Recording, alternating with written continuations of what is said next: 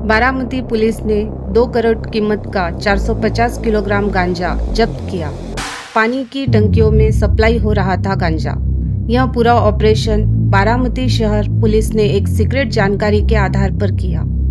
जब पुलिस ने संदिग्ध हरकतों पर नजर रखी और रात में नाकाबंदी की तो पता चला कि अनजान आरोपी एक खेत में पानी की बड़ी टंकियों में गांजा भरकर सप्लाई करने की कोशिश कर रहे थे।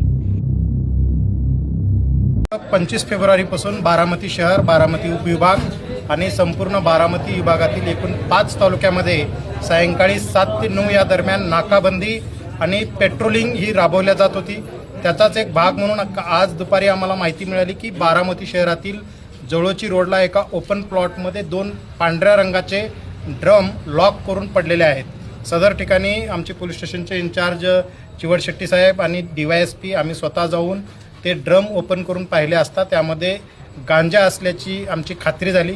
सदरचे 2 ड्रम हे पंचासमक्ष ताब्यात घेऊन आज पोलीस स्टेशनला आणून त्यातील एकूण पॉकेट्स मोजता ते 465 पॉकेट्स आणि एकूण 470 किलोग्रामचा गांजा, ज्याची किंमत आता खुल्या बाजारामध्ये शासकीय नियमाप्रमाणे 50,000 रुपये किलोप्रमाणे 2,35,00,000 रुपये या गांजाची किंमत होत आहे।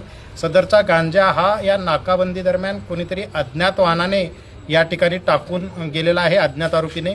सदर अज्ञात आरोपी, अज्ञात वाहन याचा शोध घेणे, गुन्हा दाखल करणे आणि त्यांचा शोध घेणे ही पुढील प्रक्रिया सध्या चालू आहे।